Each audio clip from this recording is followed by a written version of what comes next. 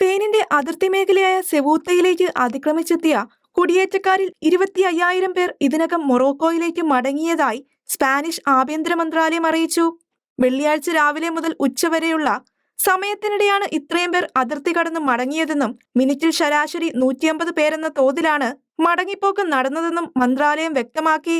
വെറും 87,000 ജനസംഖ്യയുള്ള സെവൂത്തയിലേക്ക് കഴിഞ്ഞ ദിവസങ്ങളിൽ 60,000 പേർ എത്തിയതായി റിപ്പോർട്ടുകളുണ്ട്. നഗരത്തിന് ഇത്രയും വലിയ കുടിയേറ്റ സമ്മർദ്ദം താങ്ങാനാകില്ലെന്ന് സെവൂത്ത പ്രസിഡന്റ് ഹുവാൻ ഹെസൂസ് വിവാസ് പറഞ്ഞു. അതിർത്തി കടക്കാൻ കടൽമാർഗം ശ്രമിക്കുന്നതിനിടെ നിരവധി പേർ മരിച്ചതായും അദ്ദേഹം അറിയിച്ചു. സുരക്ഷാ സാഹചര്യം കണക്കിലെടുത്ത് സെവൂത്തയിൽ പോലീസ് ഉൾപ്പെടെയുള്ള സുരക്ഷാ ഏജൻസികൾ കർശന പരിശോധന തുടരുകയാണ്.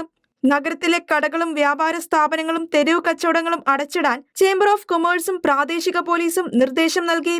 സെവൂത്തയിലെത്തിയവരിൽ 100 കണക്കിന് പേർ സ്വമേധയാ മൊറോക്കോയിലേക്ക് മടങ്ങി തുടങ്ങിയതായി സ്പാനിഷ് മാധ്യമങ്ങൾ റിപ്പോർട്ട് ചെയ്തു. സ്പെയിനിന്റെ മറ്റൊരു വടക്കേ ആഫ്രിക്കൻ മേഖലയായ മെലീലയിലെ ബെനി എൻസാർ അതിർത്തി കവാടവും അടച്ചതായി അധികൃതർ അറിയിച്ചു.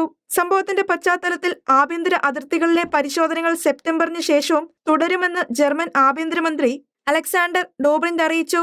അതേസമയം യൂറോപ്യൻ യൂണിയന്റെ അതിർത്തികളുടെ സുരക്ഷ കൂടുതൽ ശക്തമാക്കണമെന്ന ആവശ്യവും വിവിധ യൂറോപ്യൻ രാജ്യങ്ങൾ ആവർത്തിച്ചു. ഇന്റർനാഷണൽ ഡെസ്ക് ഷെക്കേന ന്യൂസ്.